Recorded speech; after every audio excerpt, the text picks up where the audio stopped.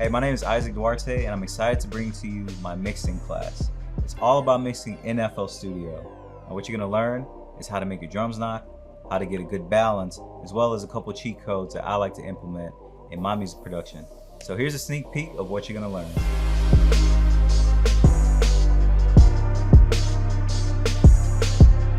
So we're gonna kick this off with leveling.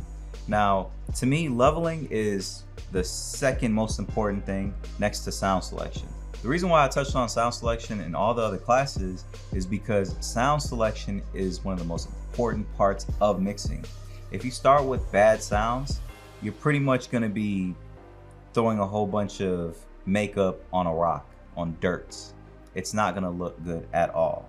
But if you start with good high quality sounds, then mixing becomes a breeze. If you don't know what leveling is basically finding a good balance between all the instruments with volume. If you have something that's either too loud or too quiet, it's not really gonna translate well, and when the artist hears it, they're gonna kind of skip to the next beat because it's not sounding punchy, it's not sounding high quality. And all that starts with good sound selection and leveling. One thing I really want to emphasize to you is not to stress your brain on mixing. Reason being is because when you send it to an artist and they cut to it, they're going to want the stems and their engineer is going to mix it to fit the vocals perfectly. That's just something that you have to deal with, but it's honestly going to enhance the record and it's going to enhance the beat. So just keep that in mind. Now, the way that I like to start is to make sure that all the sounds are linked to its own mixer track. You can click the sound and then click track, and it'll automatically go to an open track. So I'm gonna go to all these sounds and go to a single track. Now, if you're like me and you have a cymbal or a riser and you have it going one way and then you have it reversed, you can put it in the same channel. So this is at 25. I'm going to put it at 25 because it's the same sound, so you don't really need to change up too much. Now we have all our sounds in the mixer. So if I play it and I only mute one sound by right-clicking the green button, that's all you're gonna hear.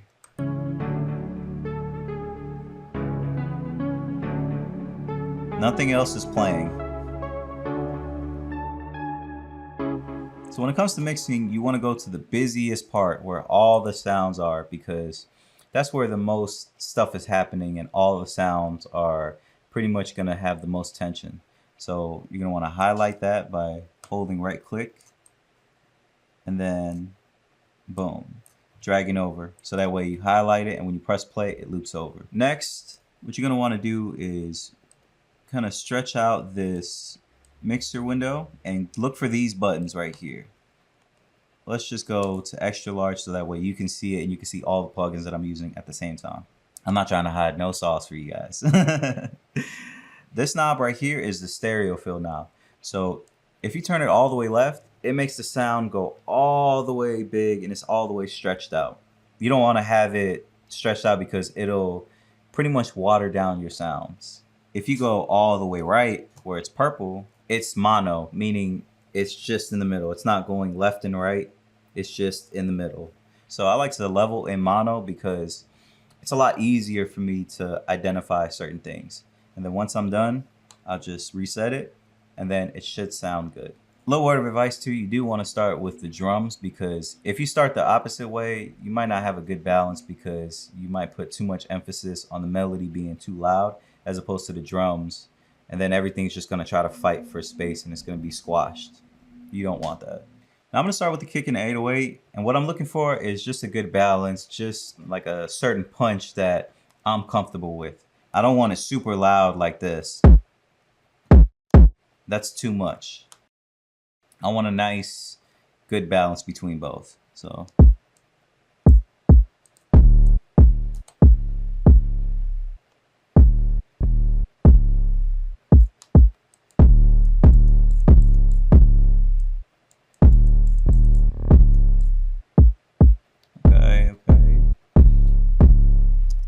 Next is the clap.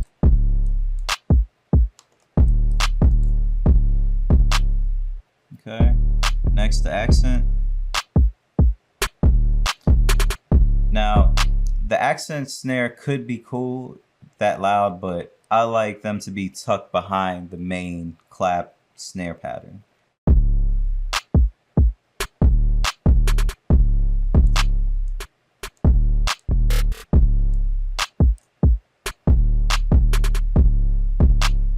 Okay.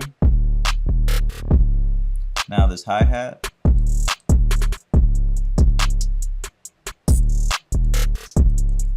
I'm looking for a good balance within the drums just to feel comfortable to introduce the other elements. I'm gonna pan this to the left a little bit. I want the kick to be the loudest thing, and then the clap and the 808 to be the second loudest thing. I want them to have a good relationship with each other, because if I have a clap super loud like this and the kick super quiet like this,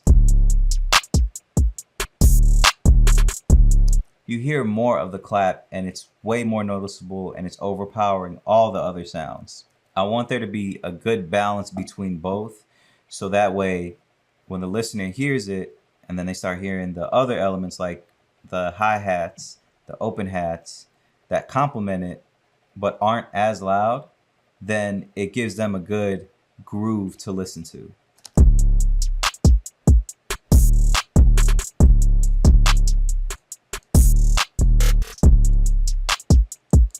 Now that I have a good balance with the drums, I'm going to introduce the main melody, because it's constantly playing and the listener is going to be attached to that melody throughout the whole beat. All the other elements are drawn and wrapped around that one melody. So I think that should get the main focus first. I just bring it down and then I slowly introduce it.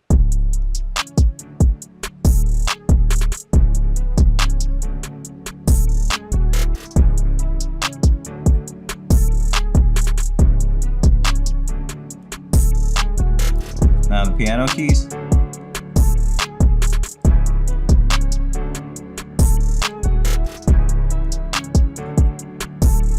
Now the pad.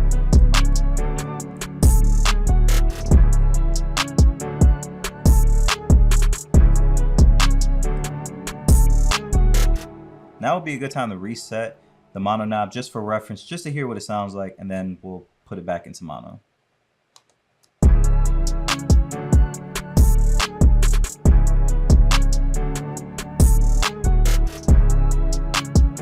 All right, it's sounding pretty good, so let's put it back in mono. Let's turn the pad down just a little bit and then introduce the pluck melody and the tremolo pad.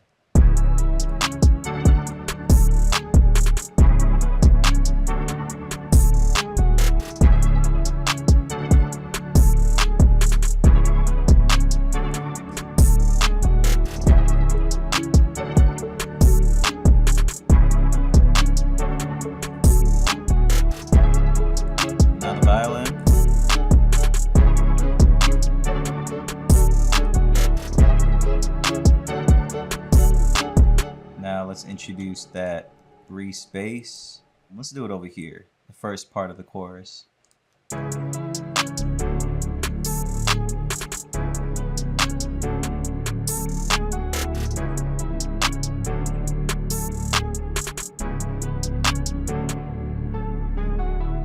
Now you could put the bass in mono, just like the 808 too. You could put the 808 in mono, but 9 times out of 10, whatever 808 you choose from any pack is going to be in mono. If there's an 808 that's going left and right, don't use it, because that's not what bass instruments are supposed to be used for.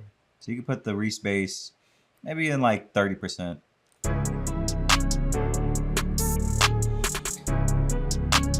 Let's hear the beat not in mono anymore, so that way we can just get a sense of what it sounds like.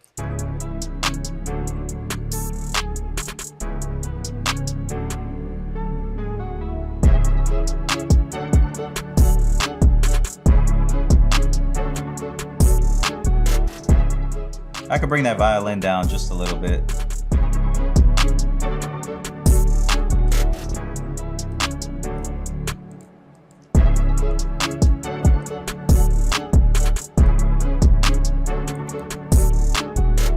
Now, it's sounding pretty good. Probably the most minimal thing that we have to do now is just introduce the riser and the other textures. So let's put it back in mono. And then let's just look for the parts. Now this part you don't have to loop because they're really fast sounds. So let's start with the riser first. I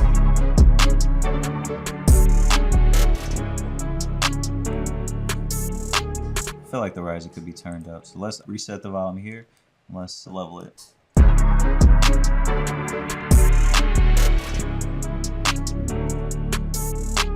That sounded pretty good. Let's look at the crash.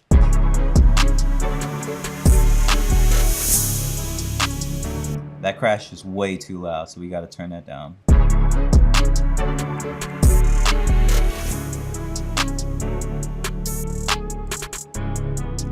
Alright, now let's listen to this texture.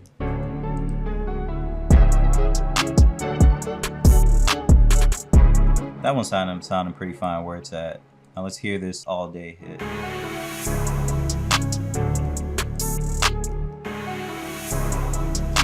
Now that we have the melodic elements balanced perfectly with the drums, and we have the textures and transitions flowing smoothly from part to part, we could just listen back and adjust little by little wherever we see fit. Let's listen to it as a whole with mono unchecked.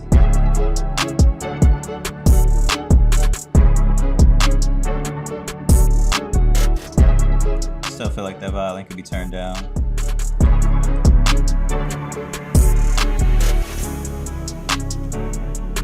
Turn that crash down.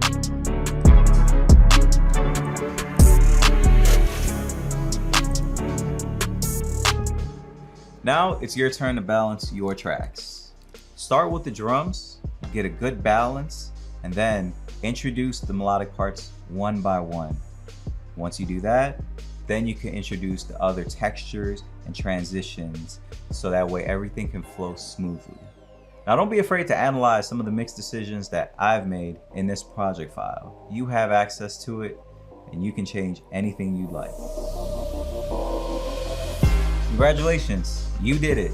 Now, there's a couple other things that I want to show you when it comes to mixing.